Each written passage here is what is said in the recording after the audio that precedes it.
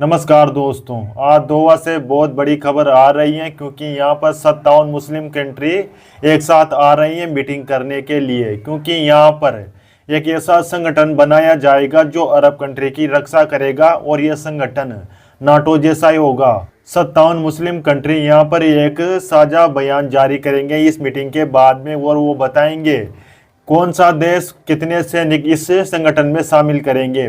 और यहाँ तो मिस्र ने कह भी दिया है कि उनकी तरफ से 20,000 सैनिक इस संगठन में शामिल किया जा सकते हैं। क्या यह संगठन कामयाब हो पाएगा या नहीं, क्योंकि अरब कंट्रियों पर अमेरिका का हुक्म चलता है, ये तो आपको पता ही है। अरब कंट्री अपनी सिक्योरिटी को लेकर पूरी तरीके से अमेरिका पर डिपेंड है। पर इस पर जो कोशिश की जा रही है मिस्र की तरफ से, यह बहुत ही अच्छी खबर है फिलिस्तीन के लोगों के अनुसार। तो क्योंकि फिलिस्तीन में जो इजराइल खून बहा रहा है, मासूम लोगों को मार रहा है, अभी तक 70,000 लोगों को मारा जा चुका है फिलिस्तीन में, और इजराइल को रोकने वाला कोई नहीं है। इस संगठन के माध्यम से दोहा अमेरिका को संदेश देना चाहता है कि आप इजराइल को अपने काबू में रखिए, क्योंकि आपने इजराइल को खुला छोड़ रखा है।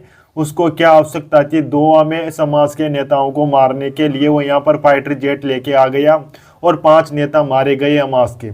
जबकि अमेरिका ने यहाँ पर मीटिंग करने के लिए इजाज़त दे रखी थी कतर को, उसके बावजूद भी इजराइल यहाँ पर आके ऐसा करेगा तो कौन सहेगा। दोहा की भी एक इज्जत होती है।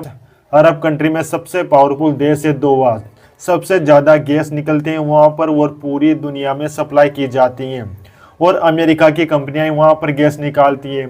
अमेरिका का सबसे बड़ा सैन्य अड्डा है दोहा में, इसके बावजूद भी इजराइल वहाँ पर हमला करता है। तो ये अमेरिका की इजाज़त के बगैर तो ये हमला हो नहीं सकता है। पर अमेरिका यहाँ पर बिल्कुल चुप है। अमेरिका कह रहा है कि हमने दोहा को पहले ही बता दिया था, पर यहाँ पर ऐसा कुछ भी नहीं हुआ है। अमेरिका को पूरा पता था।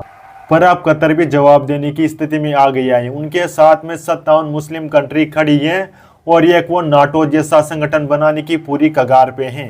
और ये संगठन बन भी सकता है, क्योंकि मिस्र ने जो ऐलान किया है सैनिकों को लेकर, वो काफी देशों को मजबूर करेगा इस संगठन में आने के लिए, क्योंकि मुस्लिम कंट्रियों से जो जनता की आवाज़ है वो फिलिस्तीन के सपोर्ट में बहुत ज़्यादा बढ़ चुकी हैं।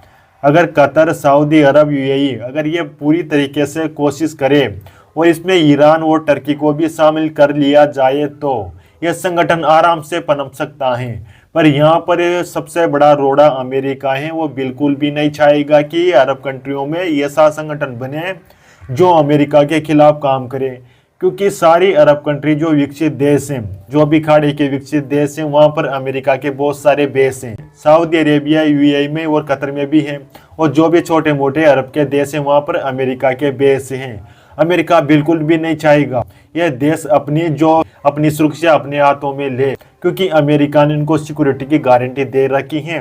और अमेरिका इन देशों को अपने हिसाब से फॉरेन पॉलिसी, इन देशों की जो भी फॉरेन पॉलिसी होती है उनको डिसाइड करता है, किस देश को आपको तेल बेचना है, किस देश को आपको तेल नहीं बेचना है।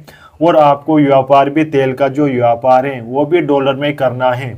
ऐसा दबाव अमेरिका हमेशा ही अरब कंट्रियों पर बना के रखता है।